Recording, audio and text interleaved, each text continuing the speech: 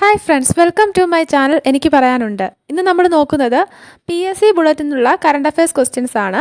July 1 എഡീഷനാണ്. First question, 2024 OV Vijayan പുരസ്കാരം നേടിയത് ആരൊക്കെയാണ്?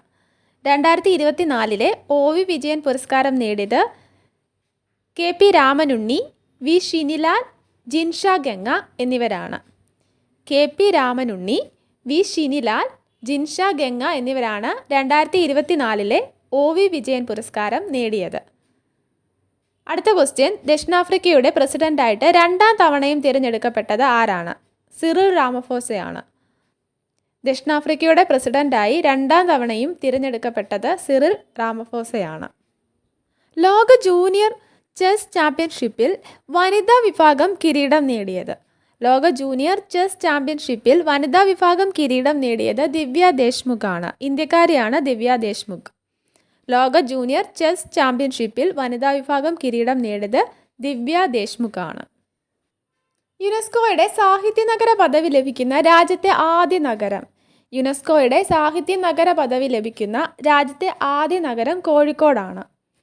ജൂലൈ 1 എഡിഷനിൽ ഈ ക്വസ്റ്റ്യൻ ഉൾപ്പെടുത്തിയത് കൊണ്ടാണ് ഞാൻ ഇതിനകത്തിൽ ഉൾപ്പെടുത്തുന്നത്. യുനെസ്കോയുടെ സാഹിത്യ നഗര പദവി ലഭിക്കുന്ന രാജ്യത്തെ ആദ്യ നഗരം കോഴിക്കോട്. ലോകത്തെ സമ്പന്ന രാജ്യങ്ങളുടെ കൂട്ടായ്മയായ G7 ഉച്ചകോടി 2024 ആരംഭിച്ചത് എവിടെ? 2024 G7 ഉച്ചകോടി ആരംഭിച്ചത് ഇറ്റലിയിലാണ്. ഇറ്റലിയിലെ പഗ്ലിയ എന്ന നഗരത്തിലാണ് G7 ഉച്ചകോടി ആരംഭിച്ചത്. G7 ഉച്ചകോടിയിൽ ഉൾപ്പെട്ടിട്ടുള്ള രാജ്യങ്ങൾ ഏതൊക്കെയാണ്? Canada, France, Germany, Italy, Japan, UK, USA. പലസ്തീനെ സ്വതന്ത്ര രാഷ്ട്രമായിട്ട് അംഗീകരിച്ച രാജ്യങ്ങൾ ഏതൊക്കെയാണ്? പലസ്തീനെ സ്വതന്ത്ര രാഷ്ട്രമായിട്ട് അംഗീകരിച്ച രാജ്യങ്ങൾ അയർലൻഡ്, നോർവേ, സ്പെയിൻ, അർമേനിയ എന്നിവയാണ്.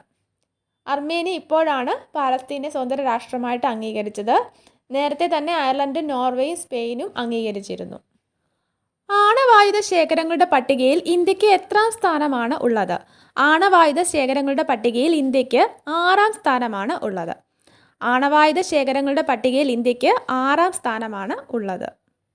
നീറ്റ്, UG, UGC, നെറ്റ് തുടങ്ങിയ പരീക്ഷകളുടെ നടത്തിപ്പിൽ ദേശീയ പരീക്ഷാ ഏജൻസിയുടെ വീഴ്ചകൾ അന്വേഷിക്കാനുള്ള ഉന്നതതല സമിതിയെ നയിക്കുന്നത് ആര്?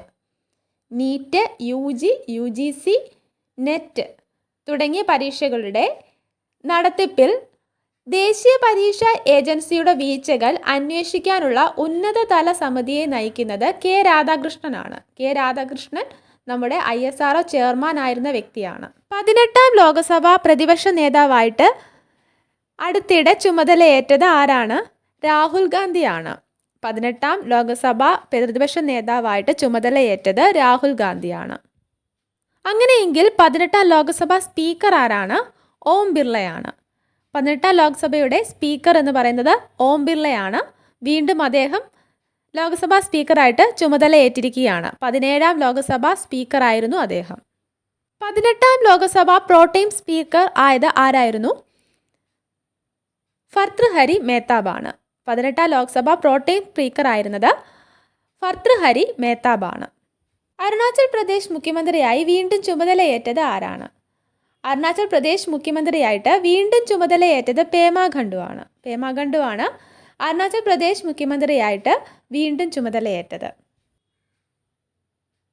2020 ക്രിക്കറ്റ് ലോകകപ്പിൽ 2 ഹാട്രിക് നേടുന്ന ആദ്യ ബൗളർ? 2020 ക്രിക്കറ്റ് ലോകകപ്പിൽ 2 ഹാട്രിക് നേടുന്ന ആദ്യ ബൗളറാണ് പാറ്റ് കമിൻസ്. ഓസ്ട്രേലിയൻ താരമാണ് പാറ്റ് കമിൻസ്. 2020 ക്രിക്കറ്റ് ലോകകപ്പിൽ 2 ഹാട്രിക് നേടുന്ന ആദ്യ ബൗളറാണ് പാറ്റ് കമിൻസ്. 2020 ക്രിക്കറ്റിലെ ഏറ്റവും വേഗമേറിയ സെഞ്ചുറി തികച്ച താരം? 2020 ക്രിക്കറ്റിലെ ഏറ്റവും വേഗമേറിയ സെഞ്ചുറി തികച്ച താരം സഹിൽ ചൗഹാനാണ്. സഹിൽ ചൗഹാൻ എസ്റ്റോണിയക്കാരനാണ്. 27 പന്തിലാണ് അദ്ദേഹം സെഞ്ചുറി തികച്ചത്. 2020 ക്രിക്കറ്റിലെ ഏറ്റവും വേഗമേറിയ സെഞ്ചുറി തികച്ച താരമാണ് സഹിൽ ചൗഹാൻ. വീഡിയോ ഉപകാരപ്പെട്ടെങ്കിൽ ലൈക്ക് ചെയ്യുക, ഷെയർ ചെയ്യുക. Thanks for watching.